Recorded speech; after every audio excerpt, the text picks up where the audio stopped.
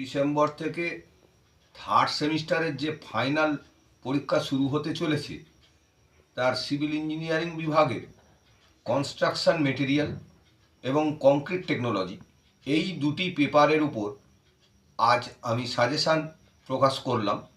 আশা করছি এই সাজেশানের ভেতর থেকে তোমরা কমন নিশ্চিন্তে পেয়ে যাবে। তোমরা ভালো করে সাজেশানটা ফলো করো। যদি কারুর কোনো উত্তর নিয়ে প্রবলেম থাকে অবশ্যই কমেন্ট সেকশানে লিখে জানাবে। ও আরেকটা কথা বলি যে আমি তো অফলাইনে অবশ্যই পড়াই আর অনলাইনেও পড়াই, সুতরাং ছাত্রছাত্রীদের কাছে আমার বক্তব্য, যারা অফলাইন এবং অনলাইনে পড়তে চাইছো আমার কাছে, তারা অবশ্যই ফোনে আমার সঙ্গে যোগাযোগ করো।